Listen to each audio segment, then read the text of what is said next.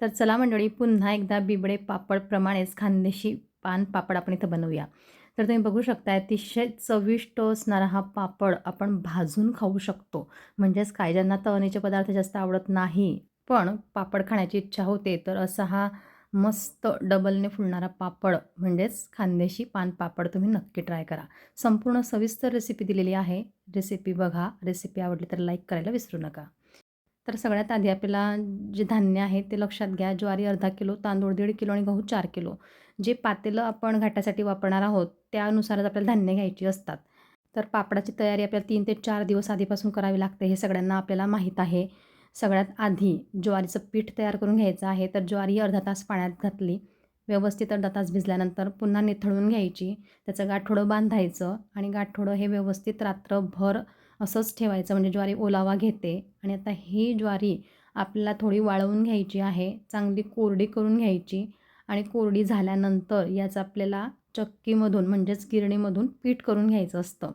आणि जसं याचं पीठ तयार होतं ते पीठ व्यवस्थित चाळून आपल्याला वापरायचं आहे. म्हणजे जो वर जाड कोंडा असतो तो काढायचा आणि खाली जे पीठ असतं अशा प्रकारे तयार झालेलं ते आपल्याला वापरायचं आहे. ही झाली ज्वारी तयार. पुढे तांदूळ 2 दिवस भिजत घालायचे. 2 दिवस भिजत घातल्यानंतर आपल्याला नेहमी जसं आपण मिक्सरमध्ये इडलीचं बॅटर तयार करतो त्याप्रमाणे ते वाटून घ्यायचे. तर अशा प्रकारे आपले जे तांदूळ आहे ते वाटून तयार आहे, ते देखील बाजूला ठेवायचे. आता सगळ्यात महत्त्वाचं, गव्हाचा चीक आपण 4 दिवस आधी गहू भिजत घालतो. नंतर ते फुलतात, मग ते मिक्सरमध्ये वाटले जातात आणि त्याचा चीक तयार होतो. ही सगळी प्रोसेस तुम्हाला माहिती आहे.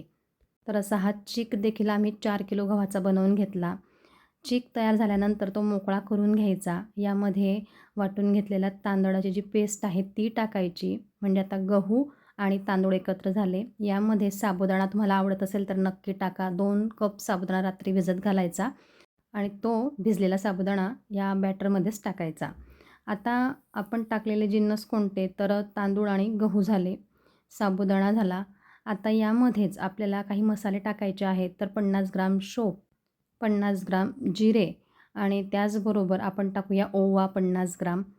आणि यासोबतच हे पान पापड आहेत त्याच्यामुळे याच्यामध्ये आपण काय करूया, अर्धी शोप आणि अर्धं दगडफूल असं हे मिक्स करून 1 वाटी भरेल, म्हणजे 50 ग्राम भरेल एवढं पावडर तयार करून त्यामध्ये टाकायची.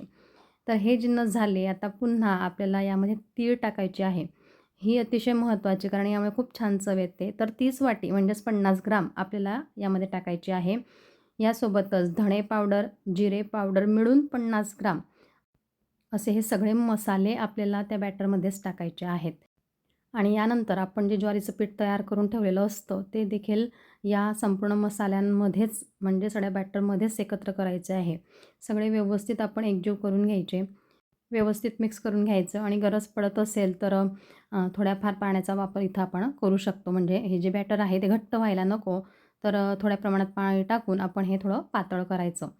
आता हा पापड छान फुलण्यासाठी यामध्ये आपल्याला फुलखार आणि सोडा मिळून 150 ग्राम वजनी प्रमाणामध्ये घ्यायचं आणि यामध्ये टाकायचं. अगदी अचूक घ्या, म्हणजे पापड चुकणार नाही.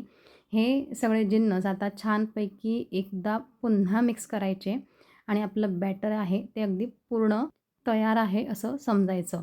तर चला, आता बॅटर तयार झालं. दुसरीकडे चूलवर आपण हे पापड बनवणार आहोत. त्यामध्ये गरम पाणी बघा, पातेल्याचा पाऊण भाग भरलेला आहे.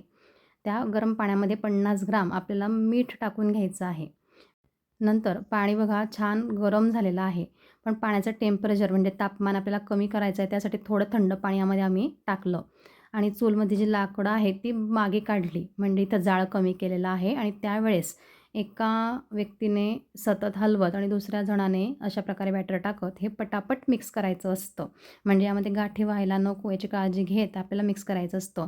मिक्स करताना लक्षात असू द्या, चूलचा जाळ कमी केलेला आहे आणि त्याचबरोबर पाण्याचं तापमान देखील आम्ही कमी केलं होतं. आणि असं भराभर मिक्स करत हे घट्ट होत जाणार आहे, हे आपण बघूया. तर मंडळी, इथं बघा आपण जे गहू, तांदूळ आणि ज्वारी टाकलं आहे ते छान या गरम पाण्यात पटापट फुलतं आणि त्यामुळे हा जो घाटा आहे तो तयार होत जातो. तर हा घाटा कच्चा राहायला नको, त्याची देखील आपल्याला काळजी घ्यायची असते. तर ते किती मिनटं शिजवावे लागतात ते देखील आपण पुढे बघणार आहोत. पण त्याआधी जर तुम्हाला घाटा जास्तच घट्ट वाटत असला तर सुरुवातीला आम्ही काही गरम पाणी काढून ठेवलेलं होतं बाजूला, ते यामध्ये टाकत जाणार आहोत अशा प्रकारे. तर पटापट पाणी टाकायचं आणि दुसऱ्या व्यक्तीने हे पटापट मिक्स करायचं. या कामासाठी 2 व्यक्तींची आवश्यकता असतेच. आता बघा छानपैकी मिश्रण घट्ट झालेलं आहे. यावेळेस आपण चुलीतली जी लाकडं बाजूला काढून घेतलेली आहे, ती लावायची. म्हणजेच काय, इथं आपल्याला जाळ लावायचा आहे आणि जाळ चांगला यासाठी लावायचा, की आता आपल्याला हा घाटा कच्चा राहायला नको याची काळजी घ्यायची आहे. शिजवून व्यवस्थित घ्यायचा आहे. त्यामुळे व्यवस्थित मिक्स करा. चुलीला जाळ लावलेला आहे आणि थोडा वेळ व्यवस्थित मिक्स केल्यानंतर यावर आपण झाकण ठेवूया आणि कमीत कमी 20 ते 25 मिनटं व्यवस्थित मोठ्या उकळ्या येतील तोपर्यंत आपण हे शिजवून घेऊया. तर ही जी रेसिपी आहे ही अगदी पारंपरिक खानदेशी पानपापडाची रेसिपी आहे. सविस्तर सांगितलेली आहे. तुम्हाला काही अडचण येत असेल तुम्ही तर कमेंट करा. मी कमेंटमध्ये रिप्लाय तुम्हाला नक्की देईल. तर मंडळी अशा प्रकारे आपला हा घाटा शिजलेला आहे.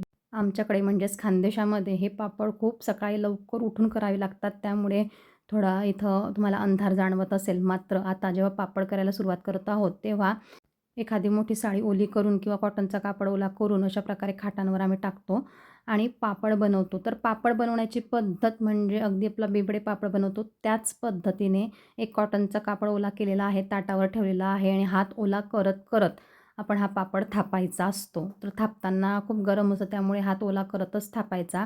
अगदी एकसारखा थापायचा आहे, जाड बारीक थापायचा नसतो आणि अगदी पातळही थापायचा नसतो. कारण जास्त पातळ झाला तर त्याला चिरा जातात आणि पापड फाटतात. तर जास्त बारीक थापू नका. मध्यम असा पापड ठेवायचा आणि भराभर अशा प्रकारे पापड थापून घ्यायचे.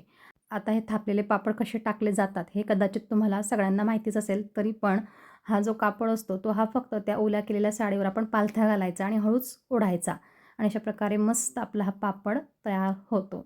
तर मंडळी काही कठीण नाही. अगदी आम्ही सगळे मिळून मिसळून हे पापड बनवतो. त्यामुळे भरपूर असे पापड बनवायला काही जड जात नाही. तर कसे वाटले तुम्हाला आजचे आपले हे खानदेशी पान पापड? याच प्रकारे मी भरपूर आपले खानदेशी बिबडे पापड, चिकनीचे पापड, ज्वारीचे पापड अशा सगळ्या प्रकारच्या रेसिपी अपलोड केलेल्या आहेत. तुम्ही चॅनलवर जाऊन नक्की बघा आणि रेसिपी आवडली असेल तर लाईक नक्की करा.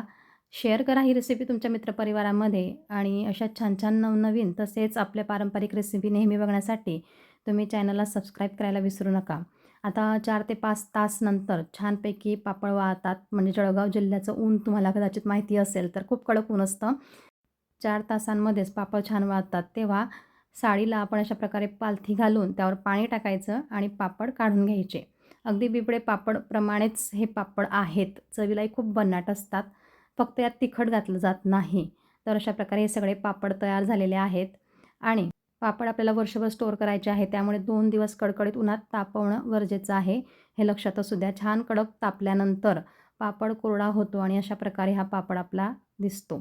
दिसायलाही आकर्षक, खायला अतिशय चविष्ट आणि भाजल्यानंतर अगदी दुप्पट-तिप्पटने हा पापड फुलतो. म्हणून नक्की ट्राय करा. सगळ्यांना नक्की आवडेल. तर चला भेटूया पुन्हा अशा छान नवीन आणि आपल्या खास पारंपरिक रेसिपीसोबत पुन्हा एकदा. तोपर्यंत बाय बाय. Take care.